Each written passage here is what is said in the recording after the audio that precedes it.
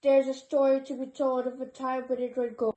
This is the story of Mahavir Swami. But even before his birth, there was no question of his worth. Queen Diksha stayed at the castle with her son and husband. Happy as together they ruled the land. When one life-changing night she had 16 dreams, though she didn't know what they did mean. She told her husband this.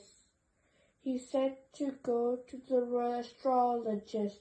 The priest said these dreams meant that the queen's baby boy would be the one to bring so much joy. The king asked, but what is the meaning of these dreams?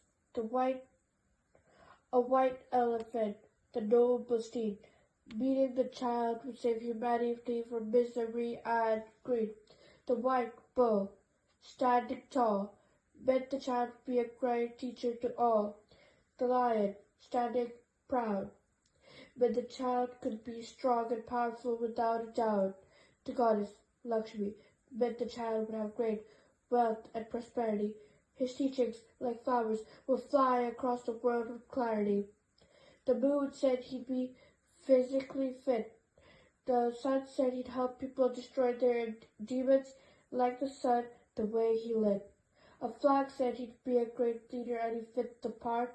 The silver urn said he'd be pure of heart. A part to say those caught between life and death he'd free and liberate the world according to a milky sea. A chariot to say even the gods would respect his teachings. A heap of gems, so he'd have endless wisdom to fuel his preaching. A smokeless fire, the last dream she had that night, meant he'd help people and be their light. The king and queen were overjoyed, and Diksha soon gave birth to a beautiful baby boy. The kingdom celebrated his birth for over 10 days. Prince Vrindavan was born. What else can I say? The last Tirthankar had arrived. At the end of the fourth age, when religion was about to die, if it were not for him, there wouldn't be jets, and for the religion would have been lost, my friends. For his education, Prince Vrindavan was sent to a guru. Into a brave, noble, and handsome prince he grew. One day, as he was playing with his friends, a poisonous snake appeared. Everyone ran. Themselves they tried to defend. Vrindavan had no fear. He approached the snake. Vrindavan wasn't scared of the snake, that was clear. He stood before the snake. It bowed and it slithered away. His friends all cheered. The bravest one of all is here. However, one of his friends, they were jealous to no end. He challenged Vrindavan in a battle of strength.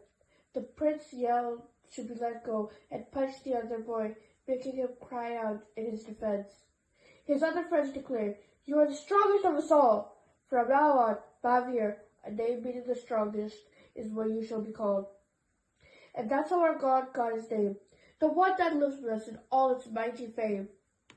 A few years down the road, the prince carried a heavy load. He kept thinking of all the differences, the rich, the poor, caste, color, and he wanted a solution that would last. He asked his parents' permission to become a saint, but by his request they were paid. So Vrindavan decided to wait until his parents were no longer alive, so together he could spend the rest of their lives.